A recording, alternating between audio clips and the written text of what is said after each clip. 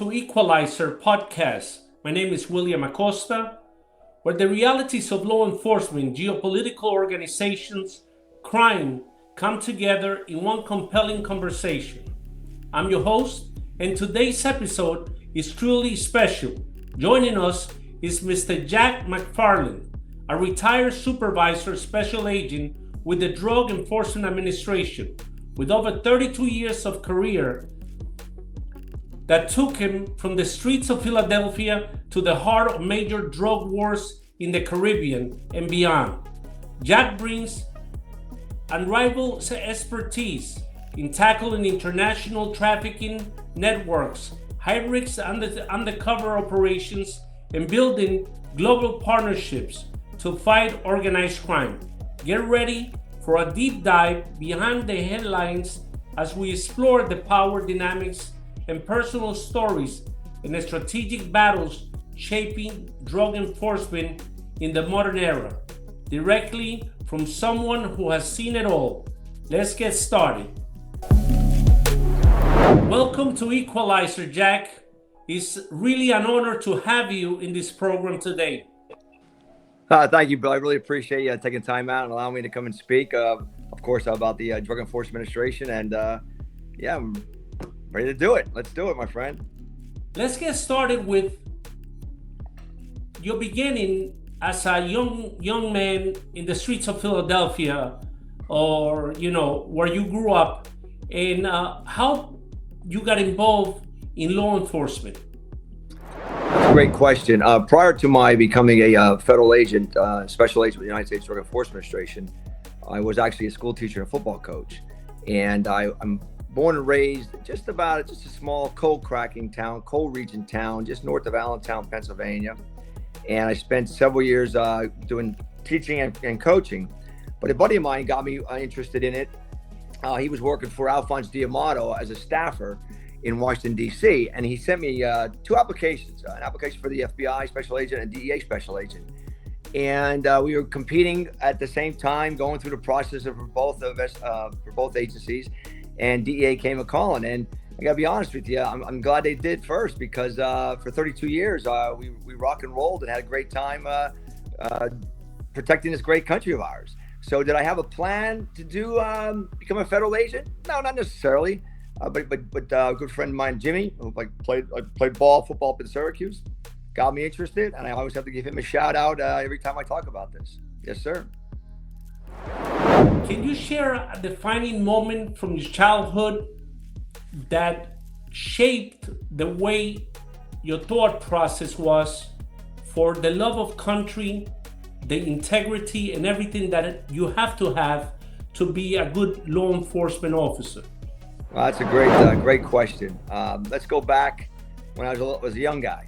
Okay, like I said, came from a blue collar town, coal cracking town, hard workers. Good work ethic, and my mom and dad. Of course, my mom and dad instilled it in me, and I have to also give a shout out to my grandmother as well. My mom's mom. She was how can I put this? A tough woman. Everything had its place, and we basically learned a lot from her as well. Two older sisters. Of course, having sisters, they instilled in me the right things in life, and also. Being respectful, learning it. Coming from a Catholic upbringing, I went to private school, always into sports and athletics, and yet it was one of those deals that it all fell into place. It really all fell into place. Education, higher education, going to college, getting a degree, and moving on out to the real world.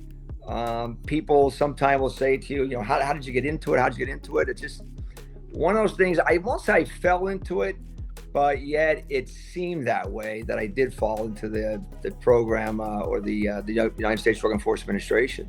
But I got to give a lot of credit to family, my friends that I grew up with, tremendous, great guys. Still to this day, we keep in touch. And they were a huge influence on my upbringing and also becoming a federal agent.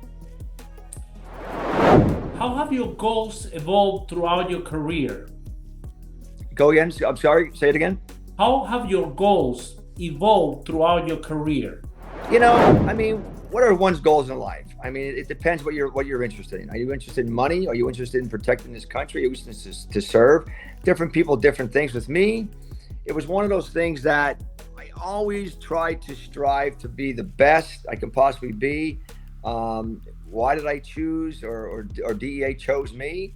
I think it's the universe, man. Sometimes there's a mystery in the universe out there, and I don't want to get too deep on you, but my goals. I believe my goals are to live a healthy, clean life, be kind, be optimistic, strive to the best you can be.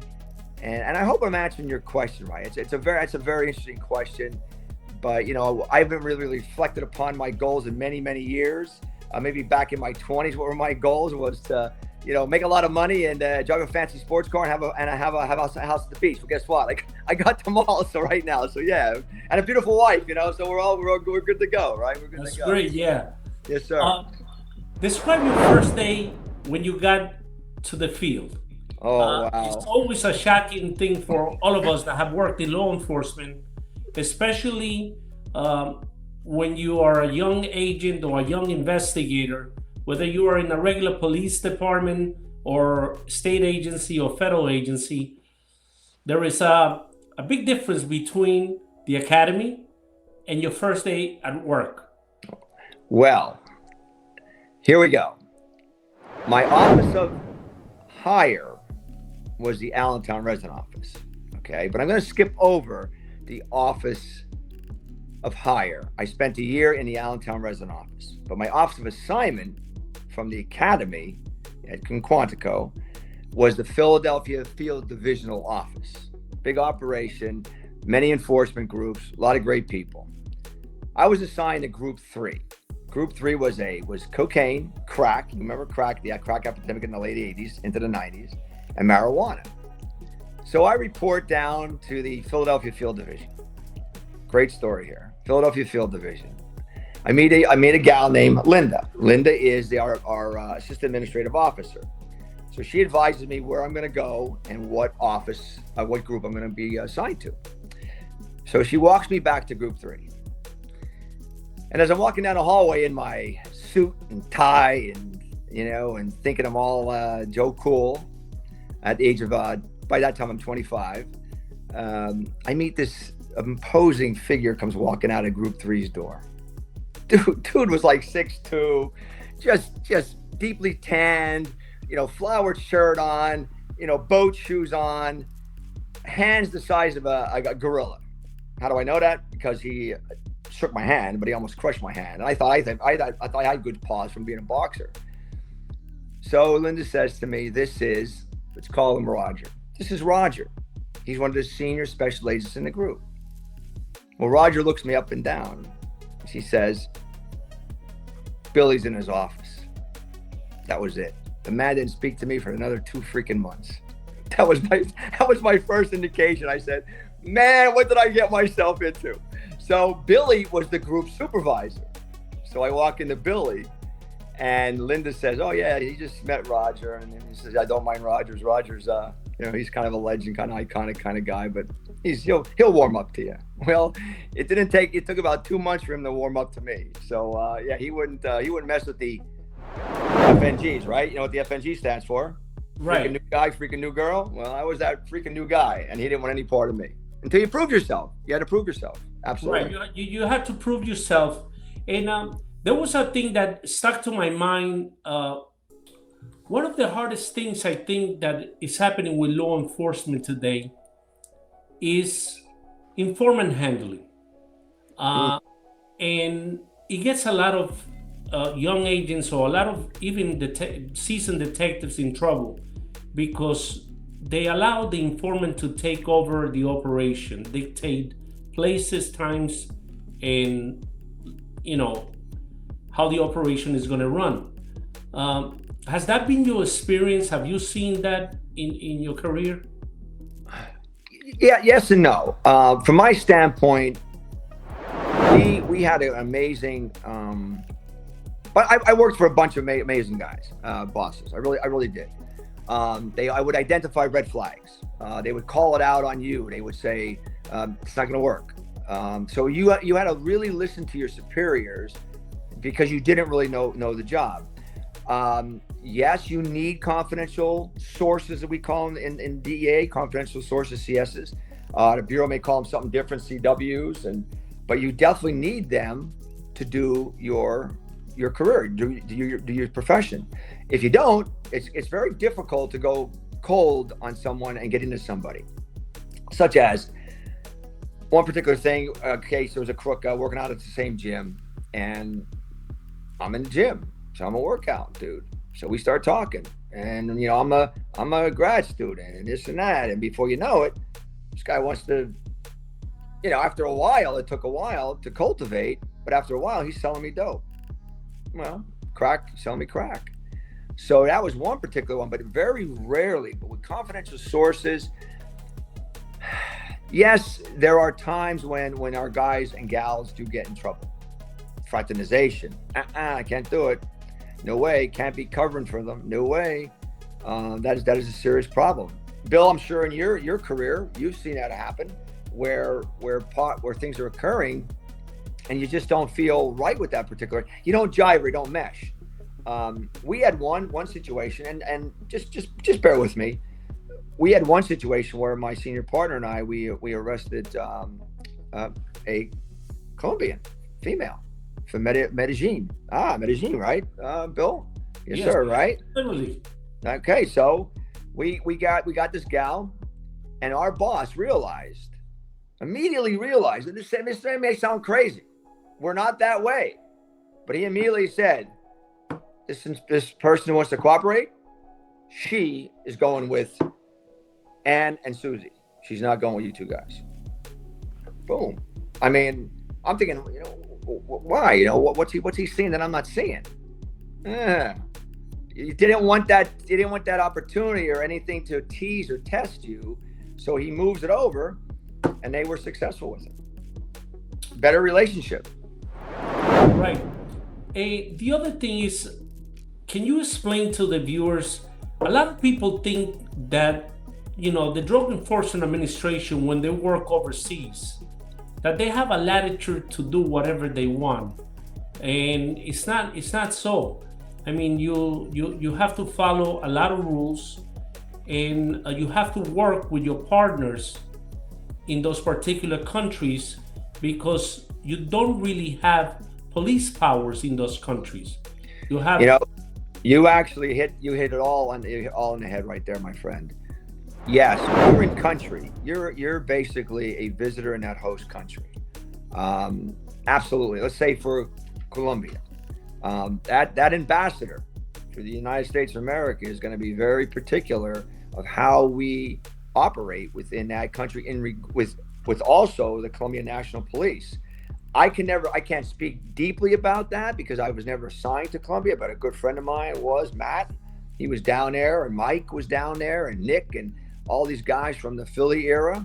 And you are, I won't say handcuffed, but there are certain countries that you have more freedom to do things than you have in other countries. It depends on the relationship of the country. We're grateful to be in those countries to provide intel and assistance to those particular host nation governments. Absolutely. Is it needed? Absolutely. Totally it is. I mean, we operate in probably about 90 some countries around the world.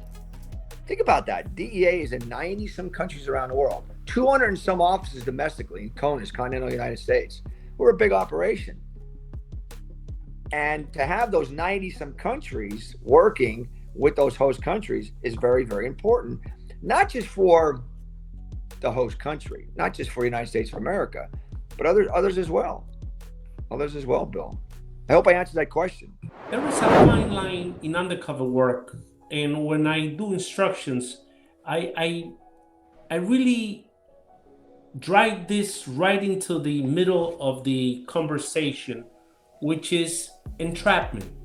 You walk in a very fine line that you could induce somebody into committing a crime that is not predisposed to committing that crime, because of the way that you're pushing the issue to the person.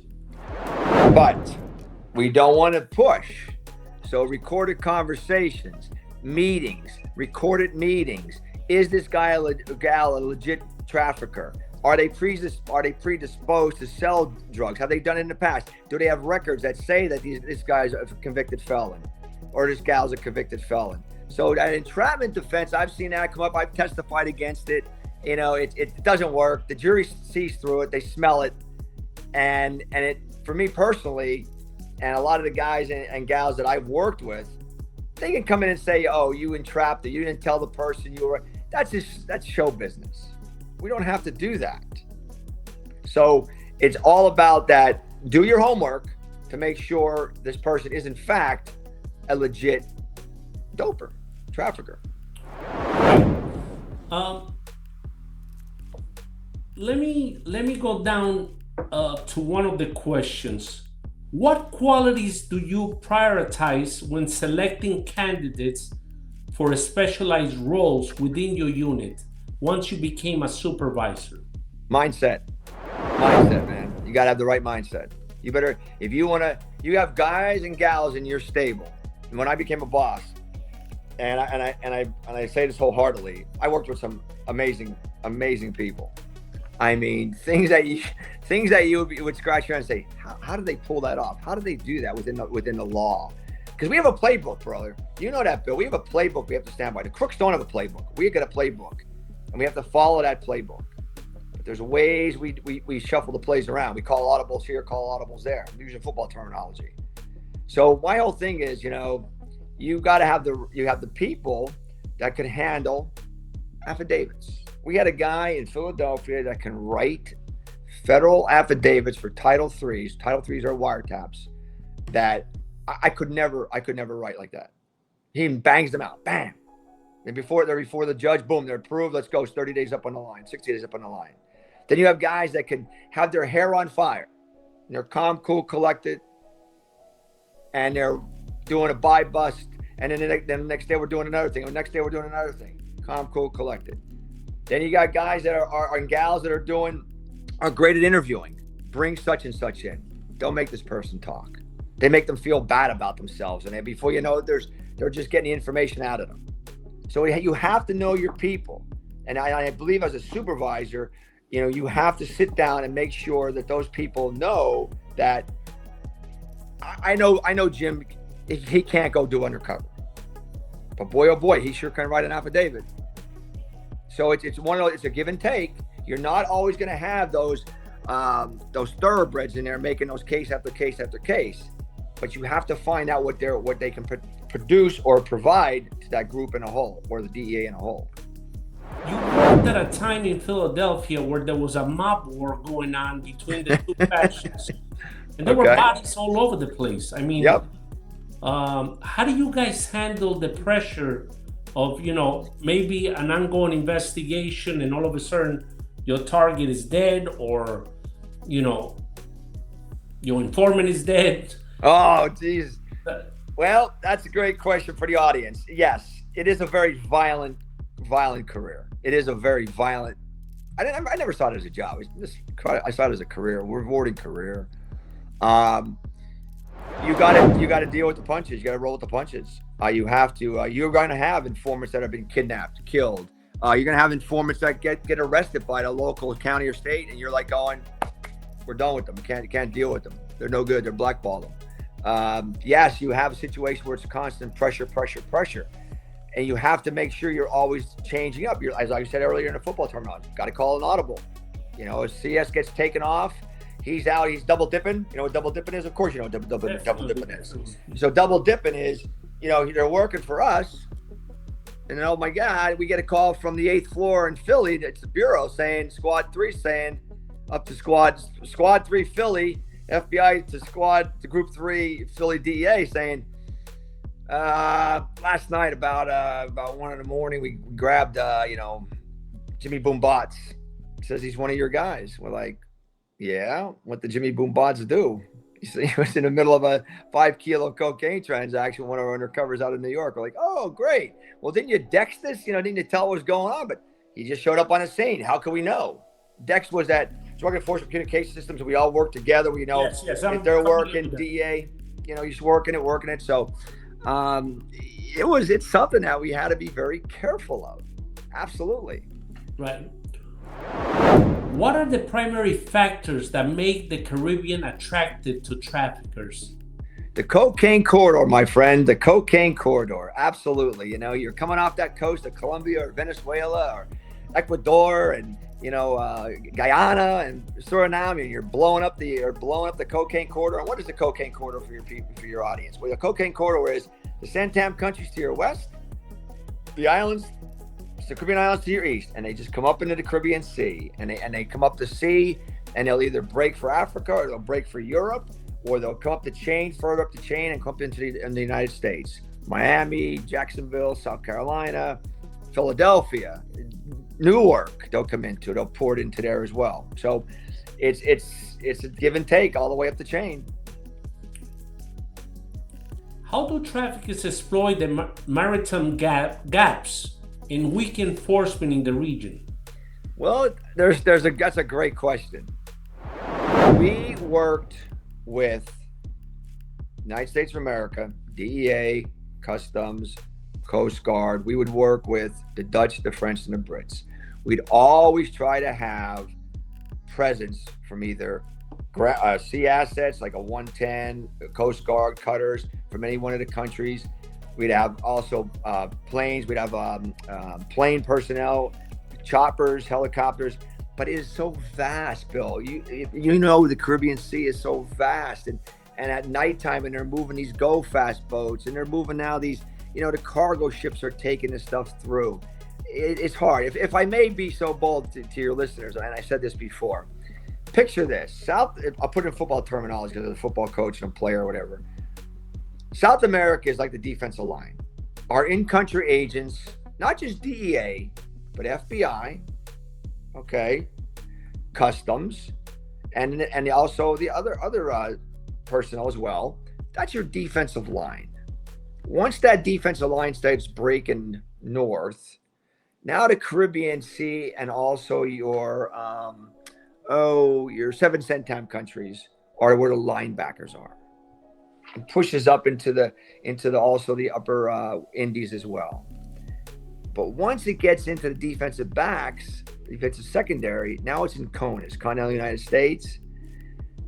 That is going to get out to the general public. The dope is going to get out to the general public. And I say that in three, like I said, 3 different breakdowns. Defensive line, linebackers, defensive backs, all the way up the chain, because dope moves north, money moves south, period. And that's what happens. So in regard to that, you're working with the maritime, you're working with air assets, you're working with container ships. You know how hard it is to pick a container ship off if you don't have right intelligence information? I'm being very basic with the listener. I don't want to lose the listener, but it is a very difficult task. But does it work? Yeah, man, it works. With hard work and good intelligence. Right. The Maduro regime with the Cartel de los Soles and its praxis, which is El Tren de Aragua and the other, there's about 8 different vehicles. Vehicles mean trains, not the actual train, but it's actually a vehicle that comes out of the prisons. They got paramilitary training in some of the military bases in Venezuela. Okay. At the same time, the colectivos got that training, and they gave them weapons. When the government went and did a raid to take over the prison in Tocoron, which was all a plan. It was all, okay, guys, leave through the tunnel that we built for you. The speedboat is waiting for you at the lake. It's going to take you to airplanes, and you're going to go to the different countries they drop you on. And from there, you're going to continue damaging democracies. Sure. They call them the Bolivarian winds. Bolivar meaning the Libertador, and the winds are the bad people just flying through the air. Now, this is in Venezuela you're talking, in right? Venezuela. Yeah. So when they went into the prison, they had over 150,000 rounds of military ammunition. And when you looked at each bullet, it was marked for the use of the Venezuelan military. Weapons of all types, over 1,000 motorcycles. They had a discotheque, they had their own zoo, just like La Catedral that Pablo Escobar built, but on steroids. They had swimming pools. There was no guards. The guards were the leadership of the Tren de Aragua in Tocoron, right? And all of a sudden, they moved them out into the real world, all the way to the United States, and now they are in Europe. And the reason they were able to go into Europe is that Venezuelans don't need visas to go into Spain. They could travel with a passport, just like getting on a bus, as long as you had a passport. Did not know that. Right. And from there, they spreading not only through the European countries, but also to Asian Europe. Okay? Yes.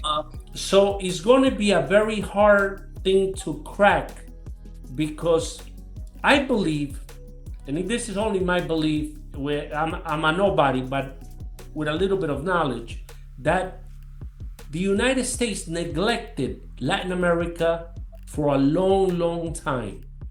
We put band-aids on problems, but we didn't tackle the problem as the president is doing right now. Understood. I mean, that's your belief. I understand that. Right. That's your belief. Absolutely. I agree. I mean, I'm not agreeing with you, but I also, I definitely, I value your opinion. Sure. Right. There is a thing I wanted to ask you. Sure. The narcotic traffickers have used Panama and other financial institutions to launder millions and millions and millions of dollars a year in these fiscal paradises in the Bahamas, right? Sure. In your time there, do you think the problem is getting worse now, or do you think it's at the same level as when you were working down there? Great question. Not going to shirk that question. Not going to end run you. I don't know at this particular time. I just don't know. We were talking many, many years. Since 2004, I've been out of that location. During that particular time, I was down there for those 4 years. We did our share in money laundering. We did our share down there in the Caribbean. Believe it or not, Port of Spain, Trinidad, Tobago is a very big city.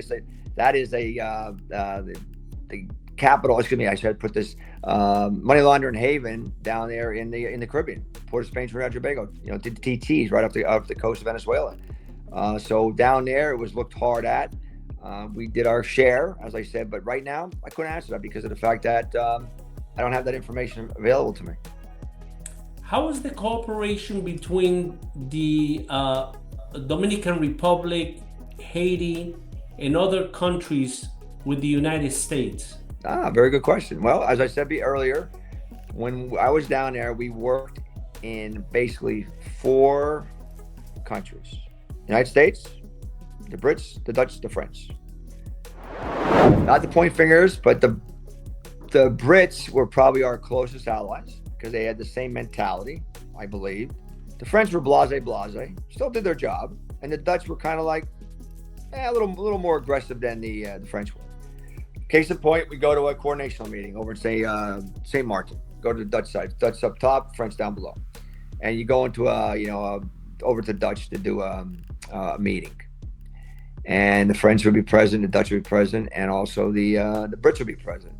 And what would they do? Who come in last? And they'd say, "And here come the Americans." And I said that before in other podcasts, and I mean my talks as well, because they believe that the Americans were the spearhead of operations in the Caribbean.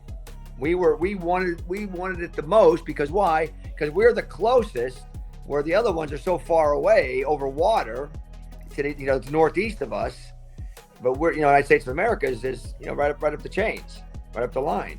But our cooperation was great with them. We had a great time. I mean, one fellow named Mick, for the Brits over in Tortola. He was awesome. We needed something. He was available. He needed something. We were available. So it was a good cooperative spirit. And those particular countries shared a common goal.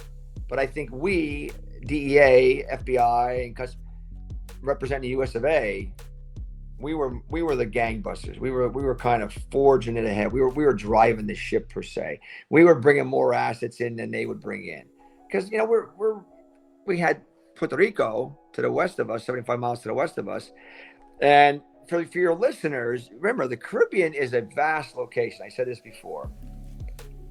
Freeport, Bahamas. You come down to change the Turks Caicos. You bang a left. You go west out to the Caymans. Grand Cayman, Little Cayman, then you're swinging around and you go all the way down, Antigua, Barbados, keep going down. Then you have Port of Spain, Trinidad and Tobago. Then you have the ABCs, Aruba, Bonaire, Curacao. We have an office in Williamston, Curacao. So it's a vast region, a lot of water to take over, to look, watch, and surveil and supervise. But we did it in conjunction with the other countries, and we worked well with them. As SAMO is getting more expensive, a lot of police departments international, they just can't afford to issue a lot of rounds for training to their personnel. Okay. Is there other technologies that are being developed that you know of that will not require actual firing of projectiles because of the expense?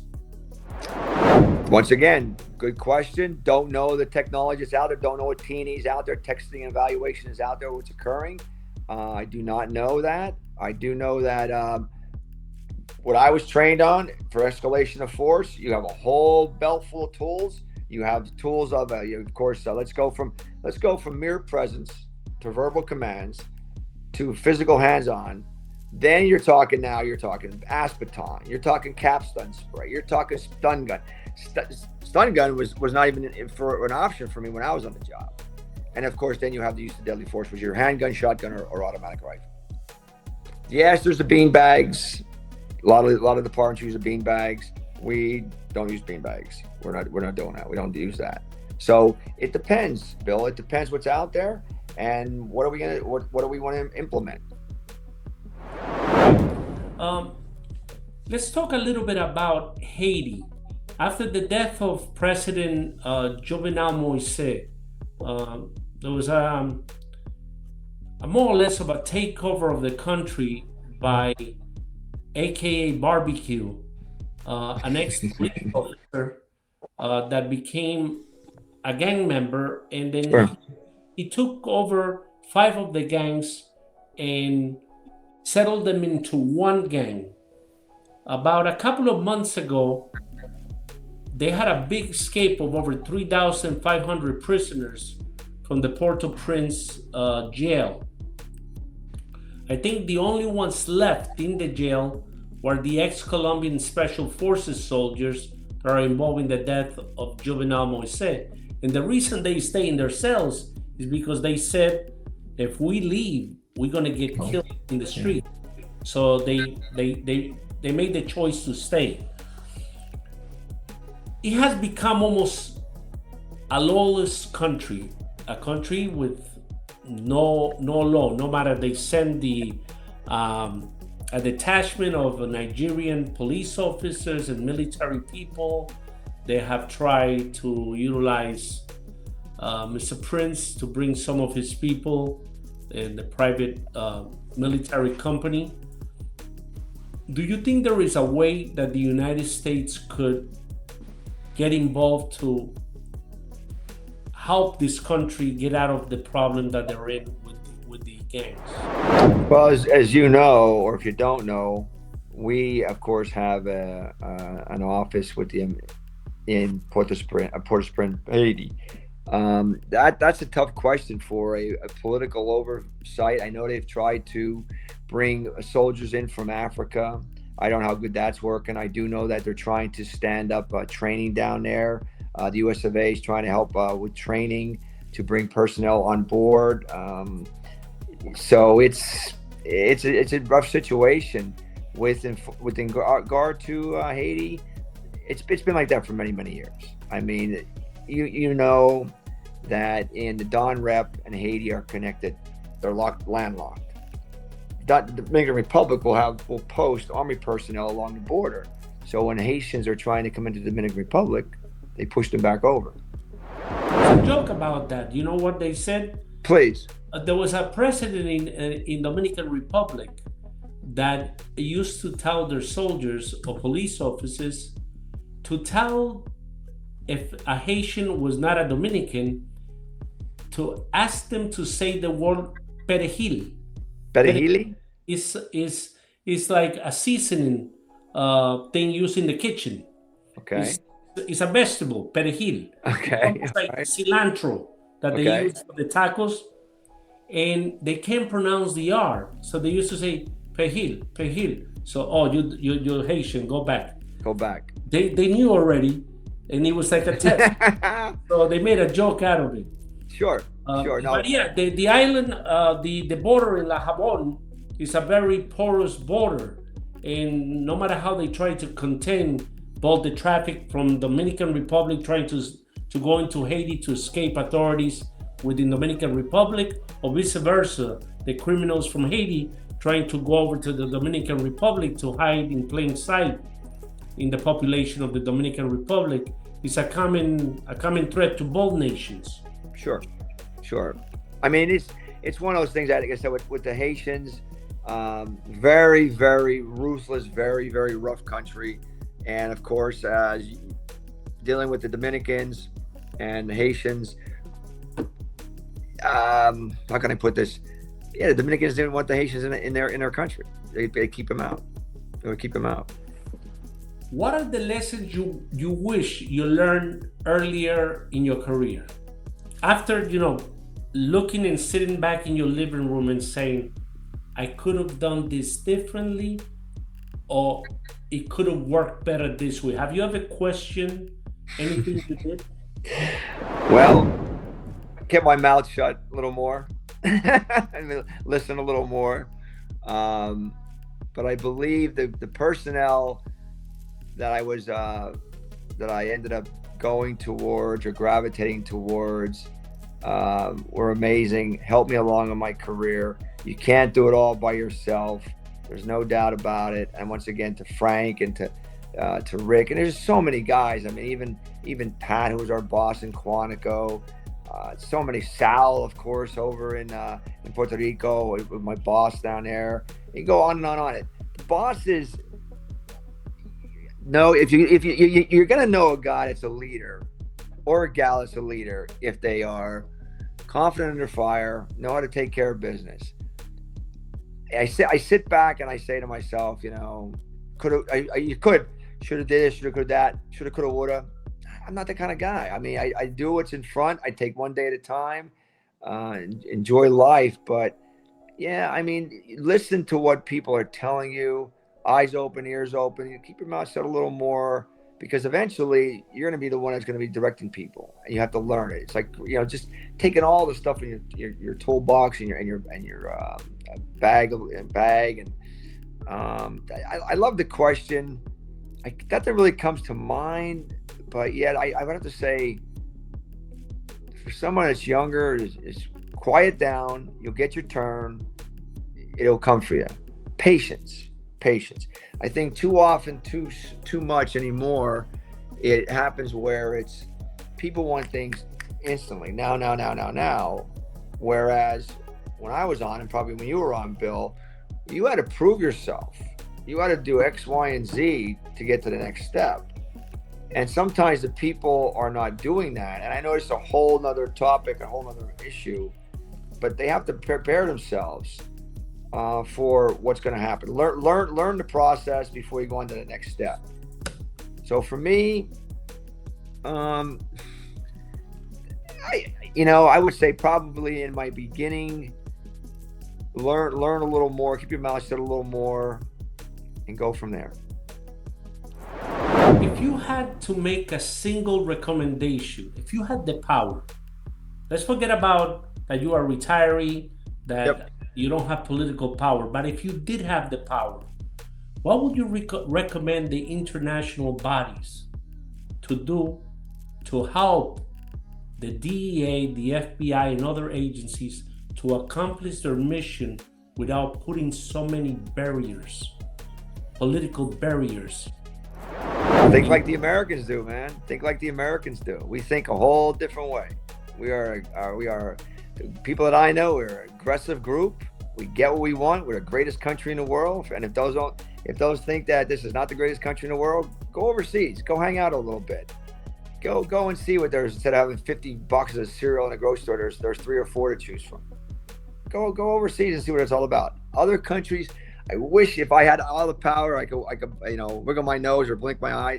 Is think like the Americans do, and a lot of things would be solved. We're the mightiest country in the world. I mean, I'm not trying to stand up on a soapbox here, but to your audience, I've been able to travel the world with Uncle Sam. Some good spots, some not so good spots, and every time the spots I'd go to, it's either you're a Yank. Are you an American? I love Americans. I mean, I never, and I could honestly say this, I swear in federal court, I've never got anyone say to me, I hate you Americans. I hate America. Well, don't come to America then. I don't care. Who are you? Stay in your own country. Right. If I could blink them and put angel dust over them and spread them and say, hey man, think like an American. Be an American. Come on. Think like, why do so many people want to come to America? Why did so many people come to the border the last number of years? I mean, what's it about? I don't know. You tell me. Why are you coming here? Are you leaving your country because of you're impressed, you're a job? I'm not a political guy. I'm a guy that's going to be like, there's the bad guy. I'm coming for you, and we're going to take it down. And there's the organization. We're coming for you. Do you think that the current immigration reassigning agents from the Drug Enforcement Administration, from the FBI, from HSI to do enforcement to capture illegals, do you think that is putting a burden at the agency level to meaningful and impactful investigations? When you take personnel away from the actual job that they are supposed to be doing? I'm going to make this very quick. Remember, we serve at the president's wishes. What he wants, you do it. And that's what you do. Is it taken away? I'm not in on the day-to-day operations, but I don't believe that, whatever our personnel at this time is, 5,000 or 5,500, I'm not sure, 4,800 agents worldwide. I guarantee you there's not all of that working. They're still working what they need to be doing. They're still got to be doing what they're doing. It's partial. It's a small piece. It's a small piece of the personnel power. Manpower, woman power, whatever you want to call it, but personnel. But when that boss man tells you, you do X, Y, and Z, you're going to do X, Y, and Z. If not, you're out. You're fired. Get out of here. That's the answers I was expecting from you. I wanted to get a really solid answer. You're a good man, Bill. You're a good man, dude. You're making me blush, man. You're making me blush. You know why? I'm not running for office, man. I'm not running for office. No. I'm just telling you. When someone tells you to do it, when my wife tells you to do it, I do it. I do it. As a military guy, we answer to the President of the United States, that's whether we like it, whether we agree or don't agree. And I believe that's a great answer. Thank you. A lot of people dance around the question, and the reality is, we have too many criminals that came in, too many mental patients that they played by the Cuban book. They did the same thing, but with more people that the Cubans used during the Mariel. And you saw what happened in Florida. Yes, sir. During the time of the Mariel. Yes, sir. Criminality was all over. Between them, the Colombians, everybody shooting at themselves in the streets. Drugs were rampant. Everybody had a piece of the action. And I think that that the president and the administration are doing what is needed to take control of the country again. I have one observation, maybe you know and maybe you don't know. During the Biden administration, Biden had a meeting with President Petro from Colombia, and somehow Petro convinced him to turn off the monitoring, satellite monitoring of the plantations of cocaine and the plantations of opium in Colombia. So there's no longer any satellite monitoring. The amount of plantations grew 4 times more than during the time of Pablo Escobar and the Cali cartel. So production is at a higher level. Right now, most of the seizures are between 1,000 and 5,000 kilograms of cocaine per seizure. You don't see these little seizures anymore. 100 kilos, 150 kilos Sure. people are jumping up and down. But there is a thing, the precursors to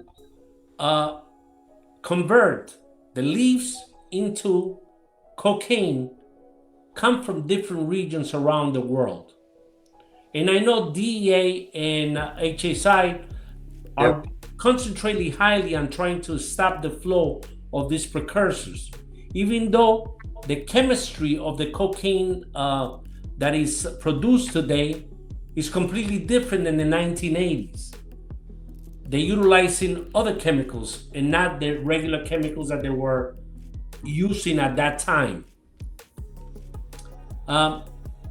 Do you think there is a way to have more control of these chemical companies exporting all of this that is not for hospital use or for cleaning solutions and detergents, that could be more or less stopped at a bigger level than we are?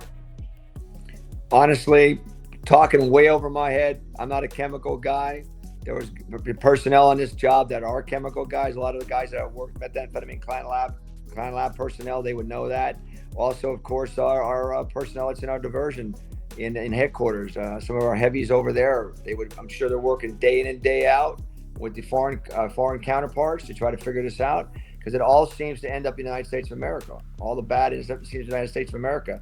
You saw that large siege that just occurred down in Mexico on the port by HSI. All the precursors coming in, and they got to have the precursors to make the dope, methamphetamine.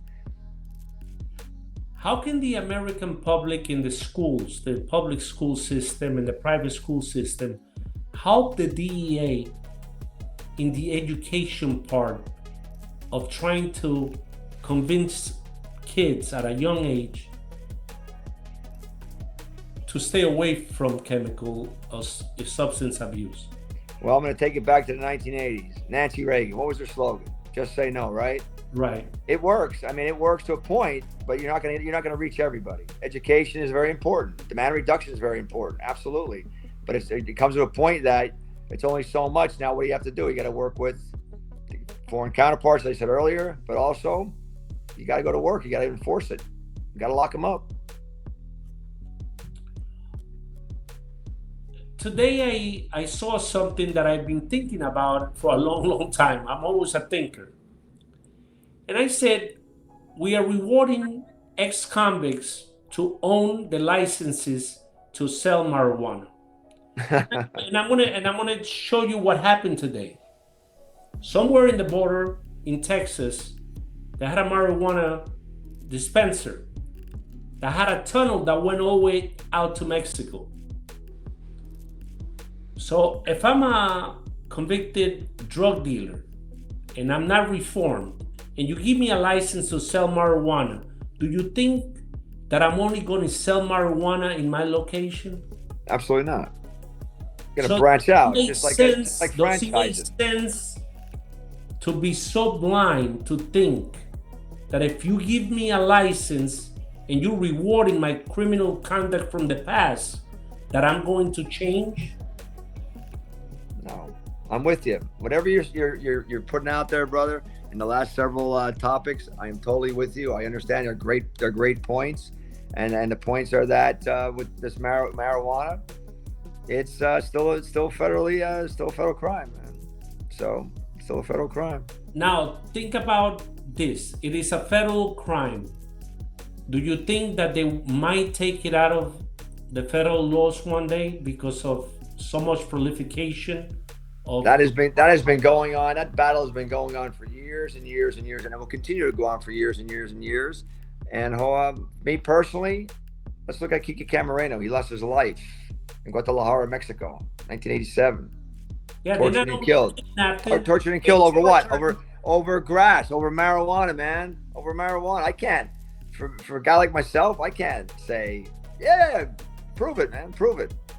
I mean, the day you hear me open a dispensary in the state where I live, or at the beach where I live, you're gonna be like, "There's no way, man." He flipped his lid. Ain't gonna happen. No. You're preaching to the choir. I'm 1,000% against the legalization of marijuana because the bad effects of it at the THC levels that they are hydroponic producing this marijuana are so high. So great right now. That our brain cannot handle it. I mean, my brother is a doctor in the ER, and he's getting cases of young children from secondhand smoking coming in with mental problems. Wow. Because the brain is not developed until the age of about 25 or 26 years old. And you see people getting up in the morning with a marijuana cigarette in their mouth and going to sleep with a marijuana cigarette in their mouth. And you walk around the streets of New York and it smells like marijuana everywhere. There is, one thing is legalization, and one thing is you pushing your vice on me at the beach, in the park, in the movie theater, in the restaurant, in the parking lot. I mean, I come out of my house and it's like I could take a shower and all of a sudden I smell like I smoke marijuana. Sure.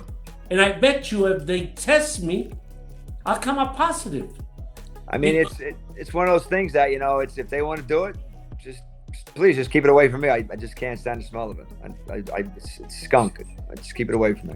Right, but you think that the regulation, just like they regulated this smoking cigarettes, do you think that certain rules should be put in place, especially driving under the influence of marijuana, that could really harm your judgment? There's more accidents now than before.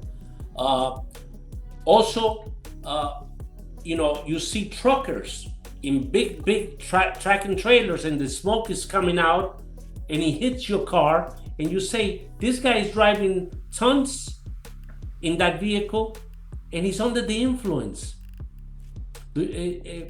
How can we... That's up to the states. That's up to the federal government. That's not up to you and I. We can talk about it, but it's we have our own opinions about it. Yeah, the question is, what can be done to regulate certain things so it's not free for all? There has to be, if you approve something, there has to be rules to that approval. Like I could have a driver's license, right? But I have a book of rules of things that I cannot do with that vehicle. Sure.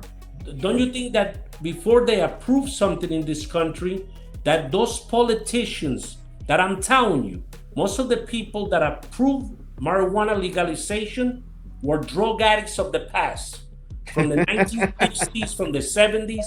But I'm telling you, they love the product. They're making money out of that product. A lot of people are becoming billionaires with marijuana. Sure. And where is the sacrifice with all of the law enforcement officers that lost their lives, like Kiki Camarena and others? Where does that leave them? Leave their families? Like their sacrifice was for nothing, almost. Well, all I can say is this: remember who did sacrifice. Never forget. And for those that are doing the jobs right now, keep doing it. Keep knocking them down. You only can do what you can do, and that's why I don't get frazzled by it. I don't get upset by it. You only can do what you can do. I mean, it's just like I said, we live in the greatest country in the world, and let's keep doing it. Thank you very much. It's been a pleasure. I hope that this is not the last time you accept an invitation. I Oh, hope I didn't ask any question that made you feel uncomfortable. I'm not an uncomfortable kind of guy, brother. You can do what you need to do, and I love the line of questioning. I really do. I hope I answered your questions. I didn't duck any questions.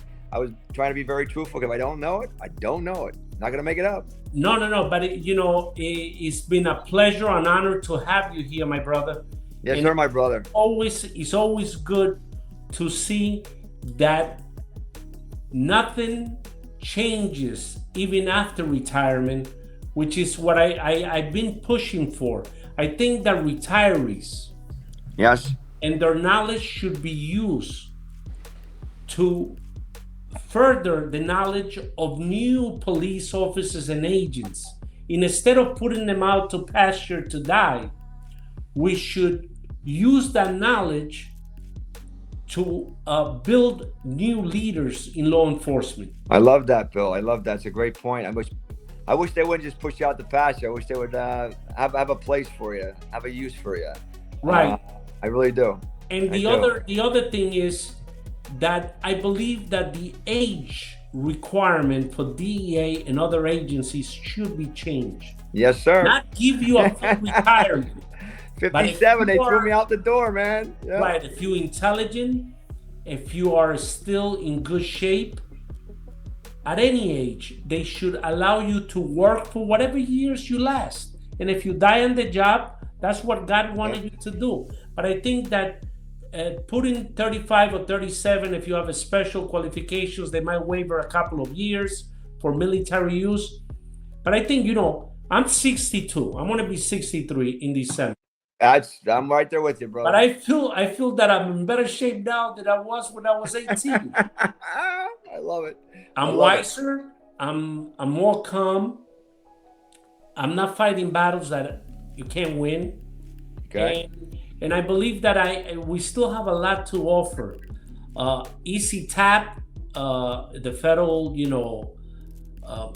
schooling system that hires people to travel worldwide, is a thing that agents that retire and police officers should look into, because that knowledge could be forward to other people around the world while you're making money. Sure. Now, let me ask you. Yes. You are now at a different level in your life, and you are an expert witness. Yes. How can criminal defense attorneys at the federal level in the United States hire you? Can you share with us your website? And, sure. Sure. You can definitely locate me on my website. It's Jack McFarland, DEA. Jack McFarland, DEA.com. McFarland is going to be MCFARLAND, DEA.com. I'm on Instagram as well. I'm on LinkedIn. I am on LinkedIn under Jack McFarland, and I would love to hear from follow me or actually hit me up. I would definitely love to hear from some personnel out there. But I wanted to share one story with you on a lighter note. Okay, on a lighter note, and I won't take much of your time. Behind me is what I like to call a memorabilia wall. Okay, this wall behind me is just part of some of the stuff that I've accumulated over 32 years of service. For those that want to come on and understand what's it all about. Well, when you work hard, things like this occur. One particular award that I received is an award that is really, really something I wanted to share with. And it was a situation in Philadelphia. We were out the night before, and we couldn't get the deal done, Bill. We were out there for, like you talk about, waiting and waiting and waiting. Well, we couldn't get it done. Well, the boss says to us, let's break it. It's about 11 o'clock at night. Let's go home. Let's go. Get out of here. So we cut us loose. We went home. Well, the next morning I come in and there's this thing sitting on my desk. And I like to read it to you and to your audience. It states, now I don't know why he did this, but maybe he thought I was feeling down or whatever, and he just wanted to appreciate me or whatever. It's called a Certificate of Achievement. Now pay attention to the wording, please. This is to certify that Jack McFarland, has been honored for outstanding contributions. This is my boss giving me this, my boss. Outstanding contributions, dedication, and effort to his hair, clothes, government car, and desk. Signed, Rick Scoville, my GS. That's great. All right, my Gotcha, brother. Gotcha. God bless you. Take care. God bless you, my brother. Peace. I'll call you. Bye-bye. Call me, man. Call me. Yes, sir.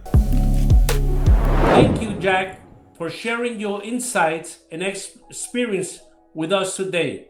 A special thank goes out to our guests, the production team, and everyone who helped make this episode possible. If you enjoy what you heard, please hit like and subscribe to our channel. Be sure to follow me on the links provided and share this episode with your family and friends. Until the next time, stay safe and God bless.